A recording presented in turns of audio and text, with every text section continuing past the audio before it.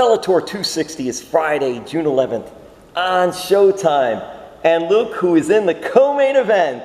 Big time on Showtime. The ass-kicking machine, South Florida's own, via Jamaica, Jason Jackson. Yes. Tell us about Bellator 260. Yes. Co-main event once again. You know, we back in that slot again. We have fans in attendance, so we're gonna steal the show like we always do. And I'm just excited and looking forward. You know, I have a great opponent in front of me, so let's get it. You're battling MMA and kickboxing veteran Paul Daley, 43-17. What do you know about your opponent? I know there's an opportunity, and once there's an opportunity, I seek and I destroy. Have you watched any of his fights? I've been following him for a long time, over a decade. What does a win against Daley do for you in your now and future? Catapult my career to where it needs to be. So, you know, they can't deny me. Do you feel like this is your biggest fight to date? Yes, absolutely. Biggest fight of my career and life-changing. This is interesting too because he has won 3 straight. You're 14-4. You've won 4 straight, including your latest win over Gracie. What was that fight like for you, getting that big win? It was awesome to just put me on you know, like put me in everybody's eyes that I can compete against the best of the best up there in the top 5. How do you see this fight? They have you on the co-main event, and it's going to be on Showtime. When things like that happen, what does that mean to you? Do you get psyched up too because you're on the main card and you're on Showtime? I know you just want to fight, but how big is it when you're able to be on the main card and on Showtime? It's no different feeling because I have been the co-main event for a very long time, and I fought on Showtime and also the co-main event, so this is normal for me. Sanford MMA, Deerfield Beach, South Florida. What has Sanford MMA meant to you? Me and family, growth, and the future. Who's coaching you for this fight? Henry Hoof, Greg Jones, Kami Biz, Jason, and all my teammates, and my boxing coach, Bill McKnight, and my jiu-jitsu coach, Wagner Rocha, so, and all my teammates, so, you know, I have a handful. It's a who's who list. Yes. You just went through the all-star lineup right there. Everybody have to get a credit. How about sparring? Did you spar with anyone for this one differently, or same guys, or? I definitely tried to get the some of the guys who similar to him as in body type, and get a lot of my opponents. I mean, not my opponent, but my teammates to throw a lot of hooks and kicks and explosive. I get teammates with fiber explosive muscles that twitch, and I work, you know, with guys that have long monkey arms. It's interesting because at Sanford MMA, even though you're fighting as an individual, it is so much like a team. Fighters are helping you, you're helping fighters. What is that team atmosphere like here?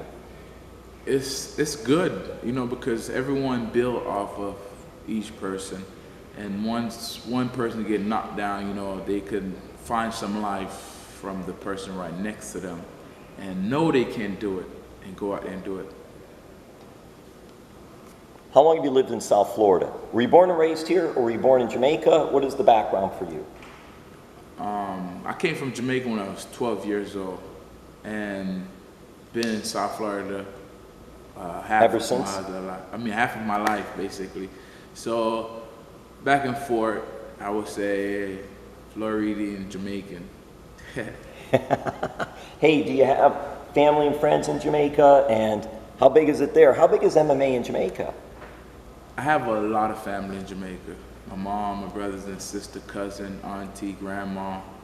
And MMA is starting to grow down there. And from what I'm doing, all this hard work, I want to be able to put a youth center down there. And if, you know, working with Sanford, if Sanford could lead me in that direction, that would be awesome. For you as a fighter, when did you start getting interested in fighting and start training? Was it training and fighting when you got to Florida? I got into fighting. I saw a promo of Rampage and Chuck Liddell, and ever since then I fell in love. And then how did you get started? Or when did you get started and how did it go? Where did you get started?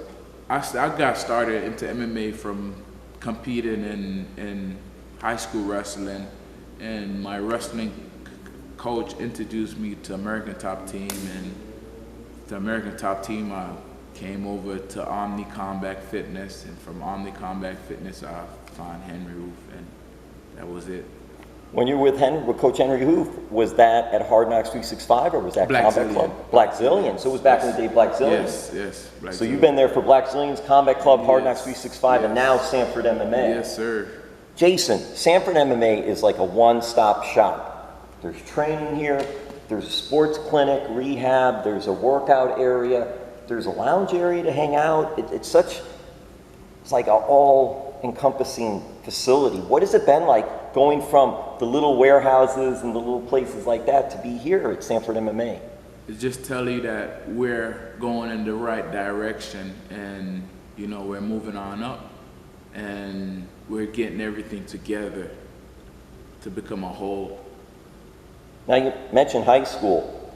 So did you start wrestling at Norland High School or Miramar High School? I started wrestling at Miramar High School, and once I left Miramar High School, I went to Norland for about a year and a half, but I was still going back to Miramar to wrestling because they had a wrestling program there. Patriots or Vikings? That's a Or hard both. one. Or both. That's a hard one. Patriot or Vikings? Oh, You man. can say both if you want. I'm gonna say Patriot because I spent more of my time at Miramar High School, and I learned a lot as far as, you know, life value skills.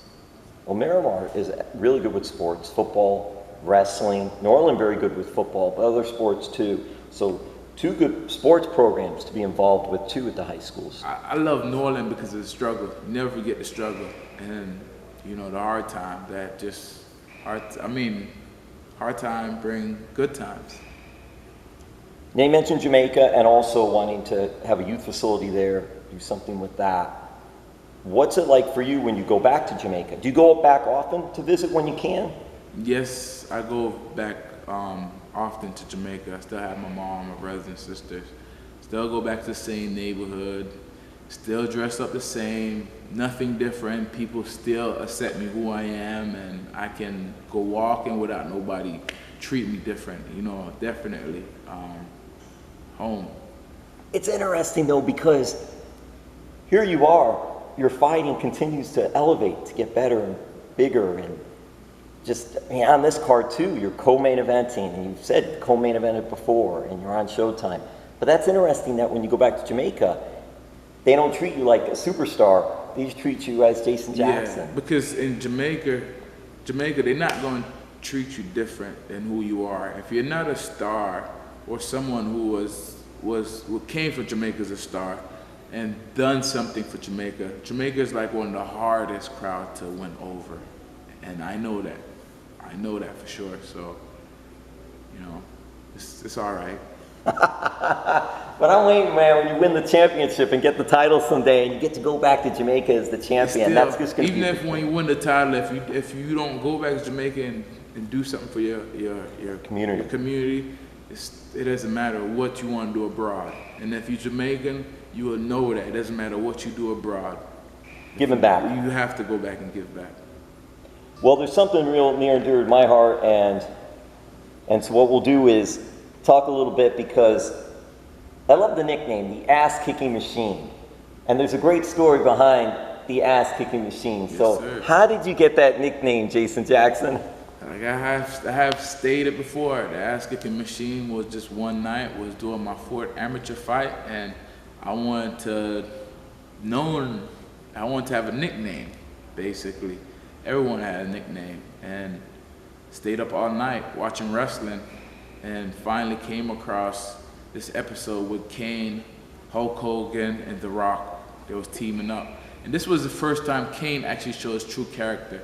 Because Kane didn't talk. He did Kane not never talk talked. at all. And for him to act like Hulk Hogan and The Rock and everything, it doesn't matter. The Canaanites and, you know, so to see the big red machine, The Rock, who always talk about the ass kicking, I'm the ass kicking machine. I kick ass and everything. So to hear him talk about teaming up with Kane and everything, it was like, wow, the big red machine and The Rock, you know. So it's just, I just put everything together right there, and The Rock was talking about kicking ass, the ass kicking machine. And I was like, wow, I love that. And my first time introducing that name to the crowd, everyone started laughing in Fight Time promotion. It was unbelievable. And as soon as the fight was over, the fight lasted about 39 seconds. And it was like, yep, you are an ass-kicking machine. That is one of the stuck since then. That's one of the best stories.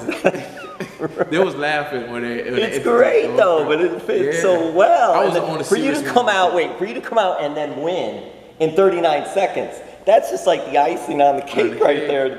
It was like, you better win. You're gonna have to hold this name right here. It gonna hold a standard that you're gonna have to bring. You held the standard. You did. You lived up to it. So it gave you a little pressure, but you came through with it. But it was just so great. Who were some of your favorites back in the day? You mentioned Rock, you mentioned Hogan, and Kane, of course. By the way, Mayor Kane now, he's actually mayor. He's the city official. Yep. Someone that didn't talk, that had the mask on, that was this big monster, is now mayor. He's very intelligent. Yes. Who are some of your favorites? It all depends on the era. If we talk Attitude era? Attitude era, you definitely have to talk about Stone Cold, The Rock, Chris Jericho, Undertaker, Kurt Angle, you know what I'm saying, Rashiki, those guys, you know what I'm saying, Triple H, you know, it's the whole Attitude Era. And if we're talking about going back in the days, we're talking about Hulk Hogan. It's one of my favorite. Eat your vitamin and say your prayer. Yes, the Hulkamaniac. I done ripped up a lot of my shirt because of that, you know. And one thing that Hulk Hogan inspired me as a person growing up, a child who had 2 channels growing up, so we could have watched wrestling either on one, is never give up. He always tell you, ain't no quitting me, my brother. No, ain't no quitting me. That instilled in me. So, you know, Hulk Hogan was one of my guys. That's interesting. Do you think that any of your fights and leading up to your fights, do you use a lot of pro wrestling as far as when you're talking, or do you more or less keep calm and not much trash talking? Because there's so much trash talking in pro wrestling. That's part of the fun of it. That's part of the gimmick, but I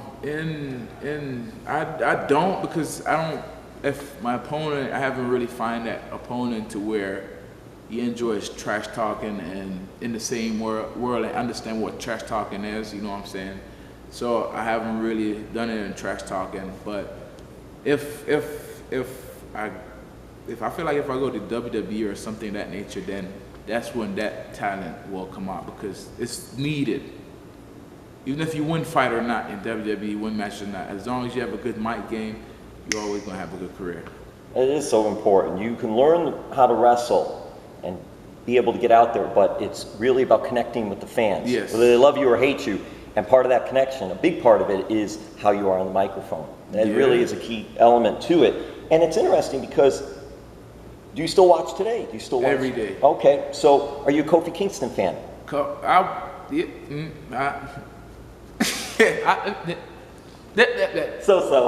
like Kofi, but like I said, that he inspired me. I love how, and some of the lines that he comes up with is awesome. But the only thing that kind of turned me off about Kofi when he came into WWE is a fake Jamaican, and he was not. He wasn't authentic. He wasn't authentic. So that was kind of like a little turn off. And now a little bit, he's too much. They put that image on him like of a sissy with the clothes and the wind up and cutting off his locks and all this other stuff. It's like, it's kind of, I would say, degrade the image of what they was trying to bring of a dread or what it was, or it's kind of different. I love the New Day and everything, you know what I'm saying? Even Big E himself, you know, if this guy just get a little serious, and you got a little Jamaican in him too, but if he, the little antics and stop doing that, I think he have what it takes to become a world champion and dominate one. They broke Big E off, but there's still, Big E has those comedic elements, those comedy elements, even though they split them off on the separate shows with the New Day on Raw and the Big E on SmackDown. Maybe it'll gravitate toward that as far as, I mean, him and Apollo Crews have been having wars on TV and all. But it's interesting to see with the elevation and just how it progresses and how that progresses. Your main focus right now is MMA and Bellator. But is that something down the road you want to do? I'm not sure. I'm not sure. If maybe I want to do it, but I wouldn't take it as serious as actually I am with my MMA career, because I just know that it's another commitment, long life commitment. It's more than MMA. I don't even think you're even allowed to have a family. You know, at least MMA allow you to have a family in regular life outside that, but you can't. You know, there's a mix. So. The schedule is just crazy because you're on the road. Pandemic, it was different, but now the pandemic, we're starting to get through that. It's going back to their schedule. Now they're going to start touring again. It's a grind. It's like 4 or 5 days a week. You're traveling on the road, different cities. It is hard to have family time and do things like that with WWE. It's great, but it's a lot of travel. And just being coming from a sport that you could dominate by nature without somebody giving you a plot. It would be hard for me to cope with somebody giving me a plot, say not being dominant. So I don't know if that would actually even sit well with me as well. The competitor in you. Yeah, competitor. I don't want him to kill that fire, you know what I'm saying? Have you been to shows live? I've been to 2 shows live. And NXT was the first one I went live, and I felt like that was the best thing ever. Then I went to SmackDown, and it was the worst thing ever because the crowd was fake, the laugh was fake, everything was kind of fake. And I just remember some of the stuff, the event, and of course that's taking close. I was like, I'd rather just stay at home and watch it on TV. Do you remember where you saw the NXT show?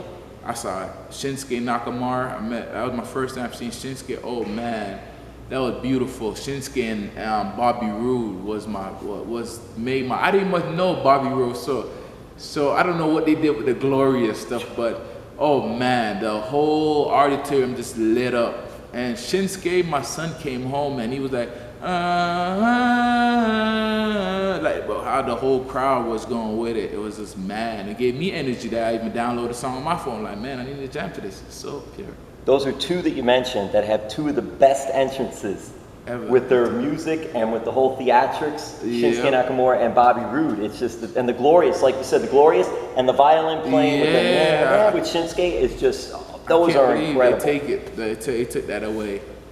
When that's happened sometimes when they go to the main roster. It's hard, but when you're in NXT, you get more leeway to do things and be elevated like that. Did you go see NXT in Miami?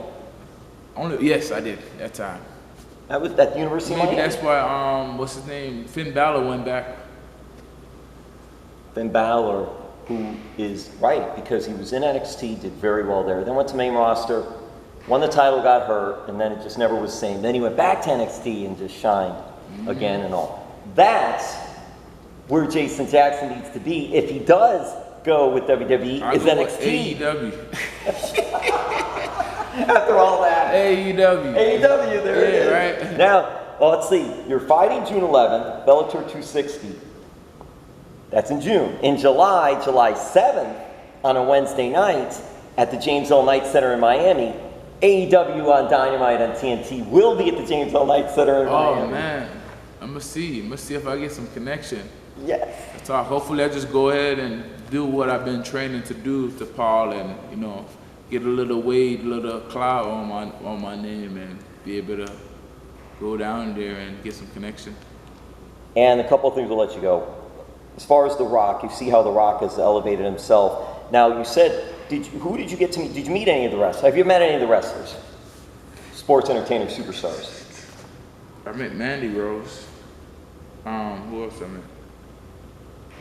Mandy lives in South Florida too. I met her at NXT. She lives here in South Florida.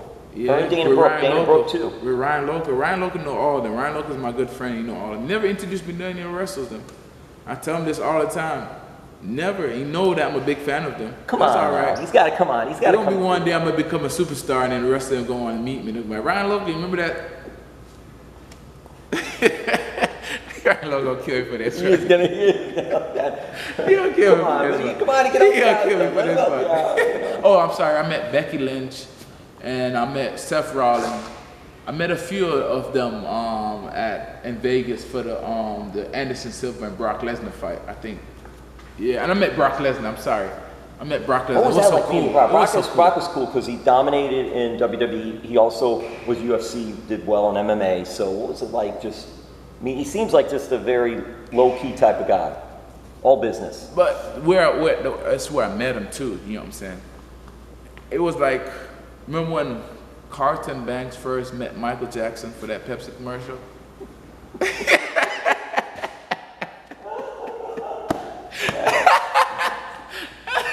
That's what it was. It was like, I couldn't believe it. We was at the bathroom, we was in the bathroom stall and I'm peeing. I looked at him like, oh snap, it's Brock. Oh snap, bro. I can't believe it, bro. I can't believe we were meeting like this, and he was so tall too. I was like, oh man. Did he say anything? Yeah, we was in the bathroom like, man, like if he ain't saying nothing, probably I would have had to fist him up right there and then, you feel me? But yeah, he was cool. He was respectful, and you know, we talked, and it was like, man, cool. He had a fight, so. Well, it's interesting because I think over the years, there's been more respect given to pro wrestling, sports entertainment. Because a while ago, MMA, if you thought about trying to become a pro wrestler, it was like, what are you doing that for?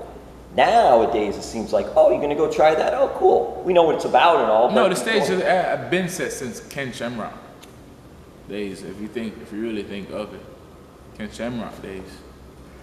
So. Because he was one of the first to do the transition from MMA to the pro wrestling ranks. I'll even give you one before that, Dan the Beast Severn. That's going back a ways. You see, now I'm going back a ways, but Dan the Beast Severn still has been a legend in MMA, and but it wasn't his mainstream back. MMA wasn't his mainstream back then, and Japan, he was in MMA and pro wrestling in Japan, but Ken Shamrock is. Ken Shamrock is noted more than Dan the Beast Severn, especially in the pro wrestling world. A lot of people know Ken Shamrock. So with Ken Shamrock coming over, Dan the Beast Severn before that. Oh yeah, Dan, I forgot. Yeah, you're right. Dan, I just remember. But it wasn't as big a name. See, Dan the Beast, and he didn't. And I hope I have this right. I don't even think he wrestled. If he did, maybe once, twice, but not in WWF at the time. I don't think he. I know he wasn't a huge, like a big star if he was there. I don't even know if he wrestled there. He was in the NWA, which later became WCW. That was where Dan the Beast Severn was, and in Japan he was great as a pro wrestler there as well. And the guy is like Bob Backlund. He keeps himself in tremendous shape, even at his age now. It's amazing and all. But it's interesting. But I will say this: anything social media for your fans to check out, where they can check out. Definitely follow me at JacksonJason150 on all my social media outlets. Can't steer you wrong. And definitely, if you write me, I'm gonna write you back. Communicate, I'm gonna communicate back with you. We all human beings, so just remember that. Bellator 260, Friday, June 11th on Showtime. And with that, I just gotta say, do you smell what the ass-kicking machine is? Gonna cook. Yes, it is. Said, no problem. All respect. Ready to go, Jamaica.